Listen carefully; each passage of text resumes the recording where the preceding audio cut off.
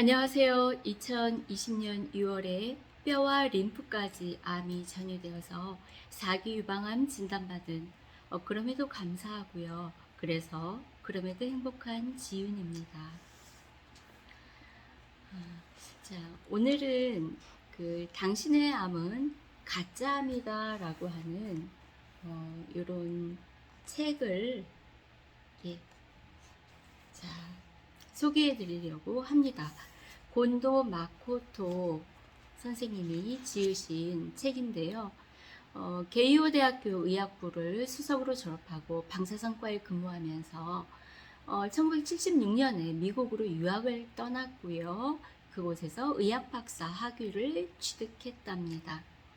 이분이 실제로 유방암에 걸린 친누이를 치료하면서 유방을 제거하지 않는 유방 온존요법을 시행을 했고 계속 그것을 주장해 오고 있습니다. 그래서 이분이 그 항암제의 독성이라든가 확대 수술의 위험성 등 암 치료에서 선구적인 의견을 일반인도 알기 쉽게 발표했다라고 해서 그 계몽해온 공적을 인정받아서 1912년에는 기구치간 상을 수상했대요. 예, 그래서 이분이 굉장히 좀 저는 양심적인 의사 선생님의 한 분이 아닌가라고 생각을 합니다. 그래서 이 책을 읽으면서 야, 이게 우리 일반인들이 알고 있는 그런 내용들은 정말 잘못 알고 있는 내용들이 굉장히 많구나라는 여러 가지 느낌이 많이 들었는데요. 자, 그 중에서 소 제목이 있습니다. 암이 사람의 생명을 빼앗는 이유라고 하는 이런 소 제목이 있습니다. 네. 이 내용과 더불어서 전이암에 대해서도 중간에 나와서 그 부분을 함께 아이고 이 영상이 조금 삐뚤어졌네요. 함께 나누어 보려고 합니다. 잠시만요. 암이 사람의 생명을 빼앗는 이유. 여기서 어느 장기의 암에도 응용 가능한 암에 의한 사망 원인을 정리해 보기로 한다. 네, 이 얘기는 뭐냐면요. 지금부터 전개되는 내용은 유방암을 중심으로 한 내용이 되겠는데요. 유방암뿐만 아니고 다른 어떤 장기에도 적용시켜서 생각을 정리를 하면 되겠다라는 내용입니다. 자, 먼저 암 원발 병소를 방치한 경우인데 병소가 점점 증대한다면 유방암과 피부암을 제외하고 원발 병소가 발생한 장기 또는 그 부근에 있는 장기의 기능 부전이 원인으로 사망한다. 예를 들어 폐암이 폐의 입구 부근에 있다면 공기의 출입이 곤란해져 호흡 부전으로, 간암이라면 간의 대부분이 점거되었을 때 간 기능 부전으로 사망한다. 식도암이나 위암으로 음식물이 통하지 않게 되면 음식물 섭취를 충분히 해야 하는 기능이 이루어지지 않아 영양실조로 사망한다.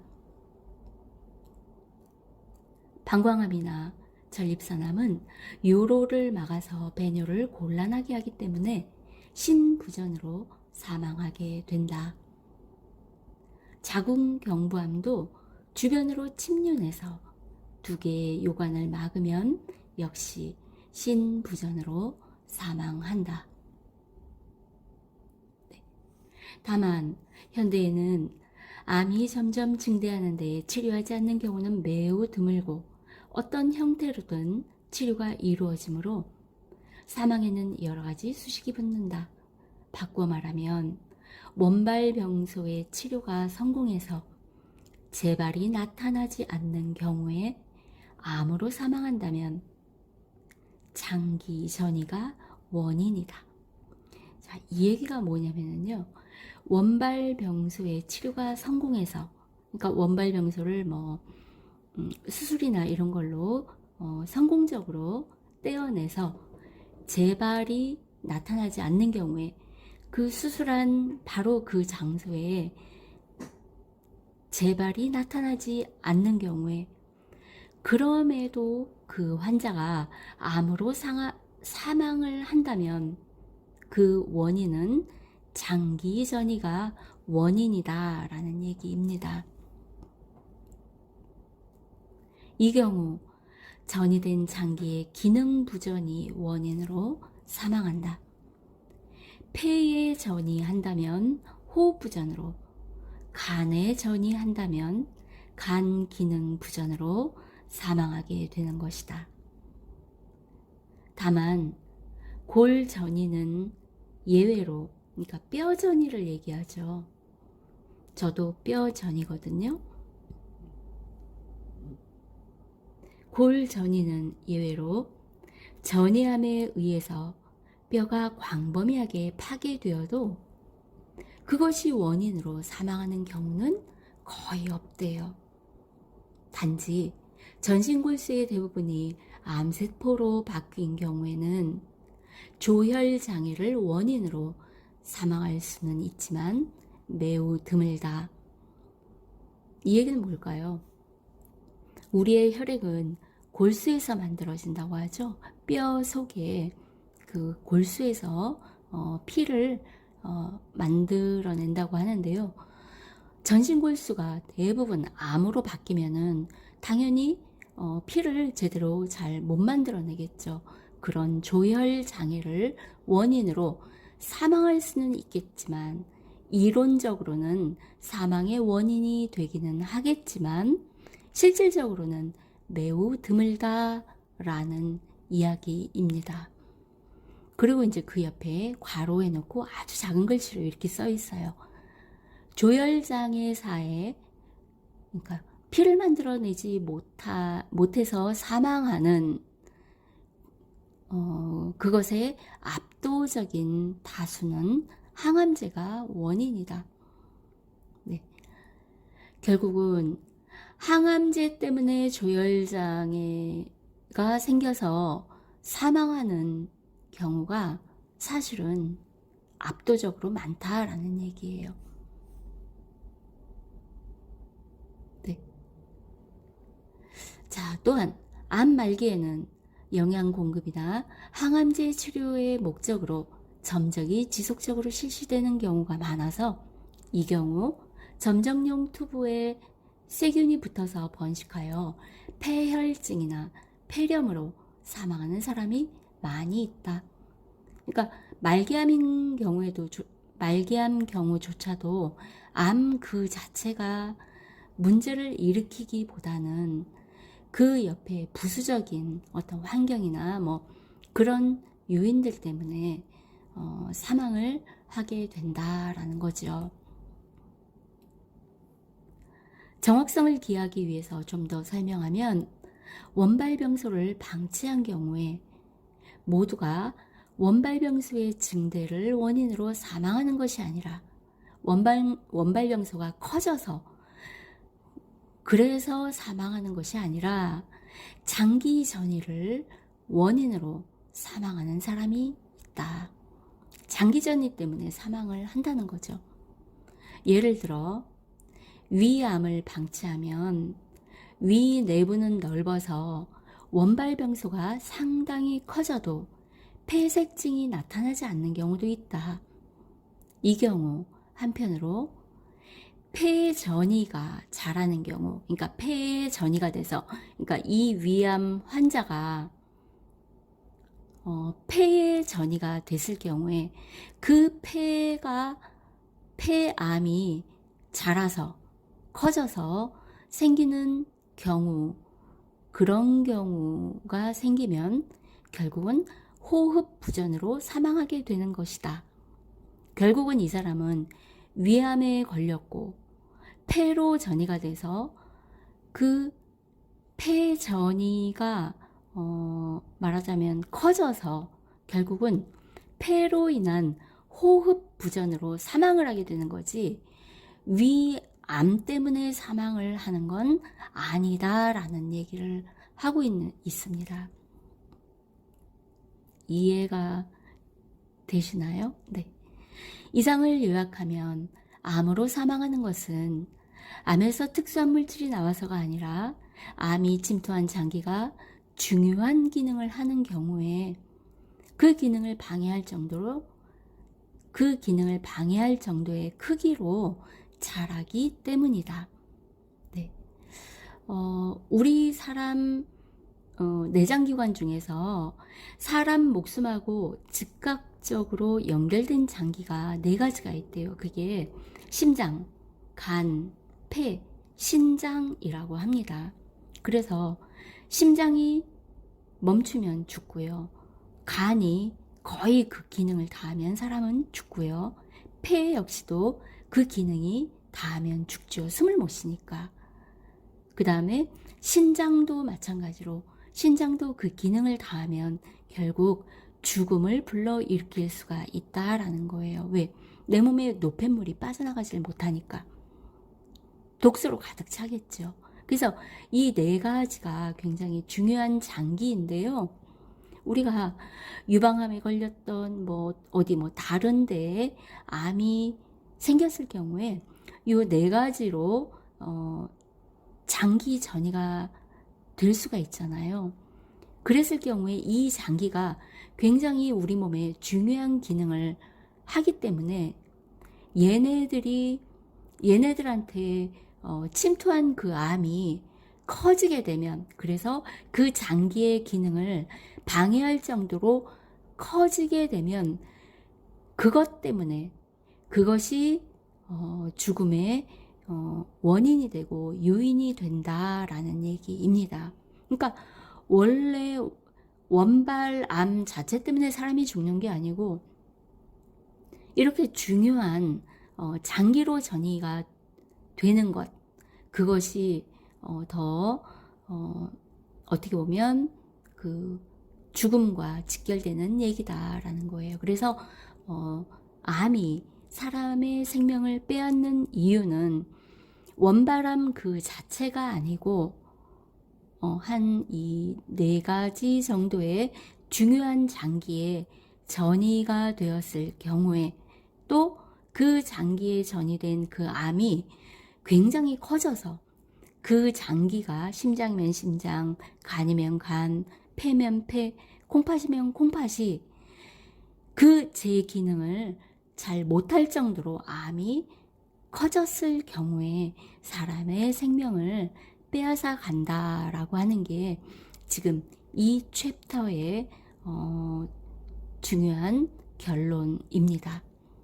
자, 그래서 유방은 그 주변에 중요한 장기가 없기 때문에 유방암 자체가 아무리 커져도 환자가 죽지는 않는다라고 이렇게 쓰여져 있습니다. 결국 이 선생님은, 곤도마코토 선생님은 전이를 너무 겁먹지는 말아라 라는 내용으로 저는 이 메시지를 전달받았습니다. 우리가 전이가 되었어도요, 전이라고 하는 것은 어차피 한 점부터 시작할 거 아니에요. 0.00001mm부터 시작을 해요. 그리고 우리 육안으로 확인했을 때는 0.5mm 정도부터 아마 확인이 되는 걸로 알고 있는데요. 그 정도라 해도 그 장기의 암이 엄청 커진 게 아니기 때문에 자연 치유를 통하고 우리가 섭생을 잘하고 운동도 잘하고 관리만 잘 한다면 더 이상 커지지도 않을 것이고, 더 이상 커지지 않으면 충분히 관리하면서 오래 살 수 있다라고 하는 것을 암시적으로 지금 이야기를 해 주시고 계십니다. 그래서 우리가 보통 암이야, 그런데 또 전이까지 됐대, 막 그러면 굉장히 무서워하잖아요. 심리적으로 무서워한단 말이에요.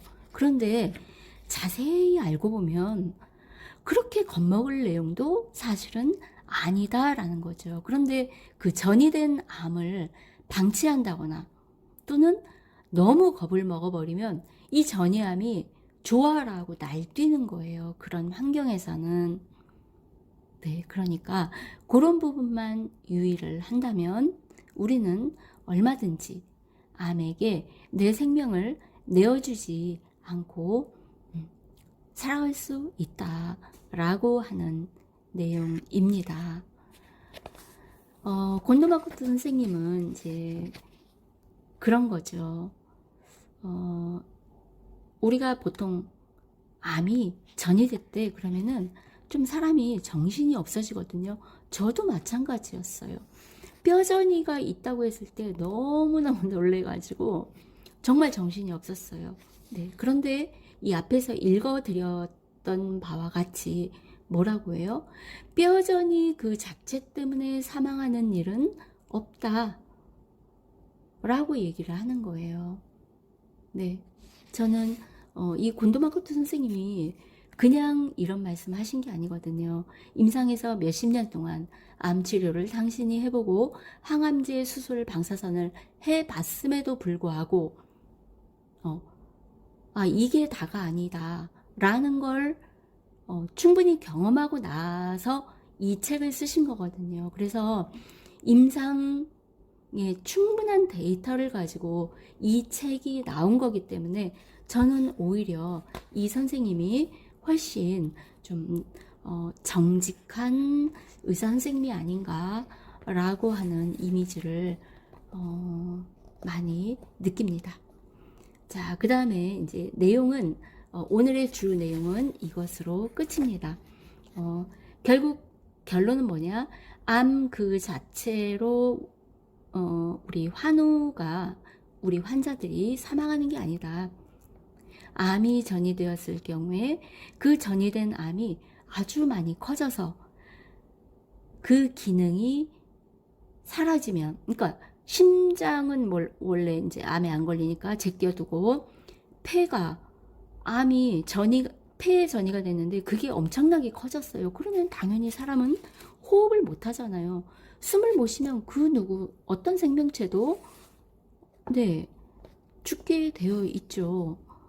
또 간도 마찬가지예요. 간은 여러 가지 해독작용이니 뭐니 굉장히 중요한 역할을 하는데요. 그 간에 전이된 그 암이 커졌을 경우에는 그 기능을 못 하겠죠. 간이 제대로 일을 못 하니까 그 사람이 당연히 사망을 하겠죠. 신장도 마찬가지라는 얘기예요. 그래서 전이 그 자체를 무서워할 것이 아니고 전이가 됐다면 어떻게 관리를 해야 하는가, 거기에 초점을 맞추고 우리가 치유를 해 나가는 게 훨씬 지혜롭지 않겠나라는 생각이 저는 들었습니다. 자, 이렇게 해서 원래 내용은 끝났는데요. 여기 중요한 내용이 있어서 조금 더 해봐 드릴게요. 자, 그 다음 중간 부분, 한참 책 뒷부분인데요. 할스테이드 수술이라고 하는 게 있대요. 이 할스테이드 수술은 뭐냐면은 우리 유방암 수술할 경우에 림프 확청술이라는 걸 하잖아요. 림프를 다 떼어낸단 말이에요. 림프를 제거해요. 그거를 할스테이드 수술이라고 이제 이름을 붙였나 봐요. 그런데 그 수술은 구미에서나 일본에서도 소멸이 되었대요. 그래서 겨드랑이 확청술은 거의 하지 않는다라고 표현이 되어 있습니다. 물론 우리나라에도 이제 요즘은 이 림프절을 다 떼내는 게 아니고 그냥 몇 개만 이렇게 가려서 떼어낸다라고 저도 알고는 있습니다만 그래도 무자비하게 또 떼어내는 경우도 있는 것으로 제가 어디서 들은 것 같습니다.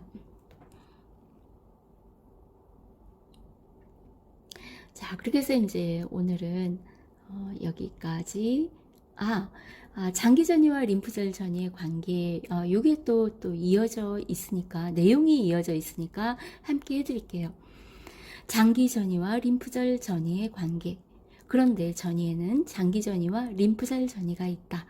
림프절 전이란 통상은 폐암의 경우 폐의 입구 부근, 유방암의 경우는 겨드랑이 아래 등 암 원발 장기 주변의 림프절로의 전이를 가리킨다.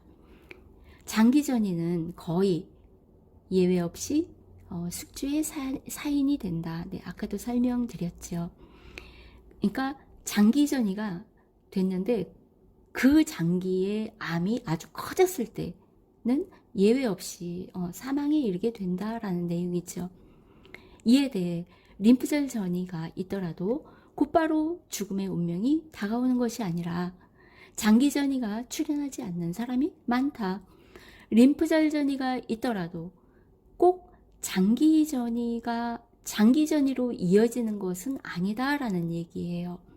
자, 여기 써 있습니다. 즉, 림프절 전이가 곧 장기 전이는 아니다. 그러나 한편으로 림프절 전이가 있으면 장기 전이가 출현하는 비율이 높아지는 것도 사실이다. 네, 이것은 객관적인 사실인 거예요.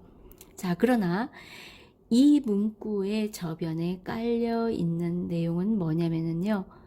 관리를 잘하면 장기 전이까지 안 갈 수도 있다라는 의미도 좀 저변에 깔고 있는 게 아닐까라고 저는 받아들여집니다. 림프절 전이와 장기 전이의 관계를 좀 더 생각해 보도록 하자. 자, 이전에는 림프절은 암세포가 장기를 목표로 발진하기 위한 중계기지라고 생각되었다. 암세포가 림프절에 도착한 후에 잠시 체류하면서 힘을 비축해서, 즉 힘을 증식해서 표적 장기를 목표로 출발한다는 이미지다.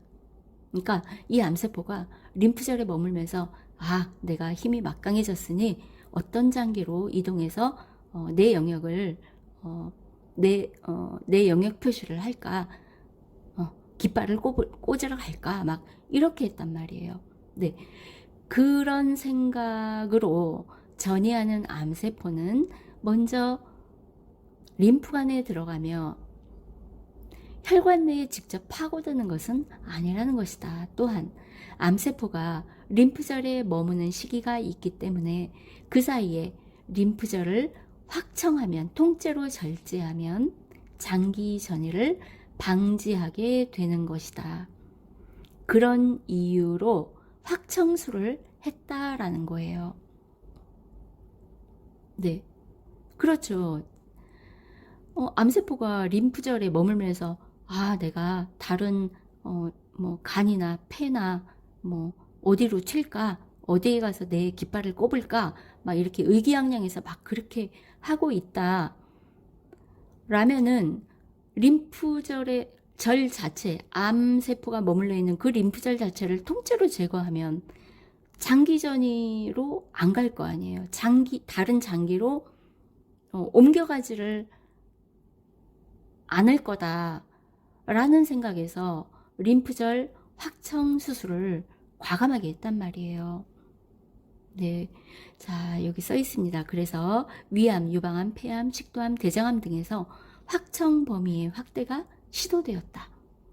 그러나 확청 범위의 확대화가 장기 전이를 감소시켰다는 증거는 얻지 못했다.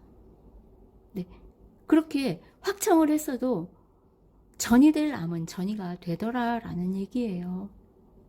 그런데 림프절을 그렇게 과감하게 떼어낼 필요가 없었다라는 거를 뒤늦게 이제 알은 거죠. 자, 그러면서 이제 이렇게 썼습니다. 오히려 임상시험에서 확대화의 의미가 없다는 것이 또 밝혀졌대요.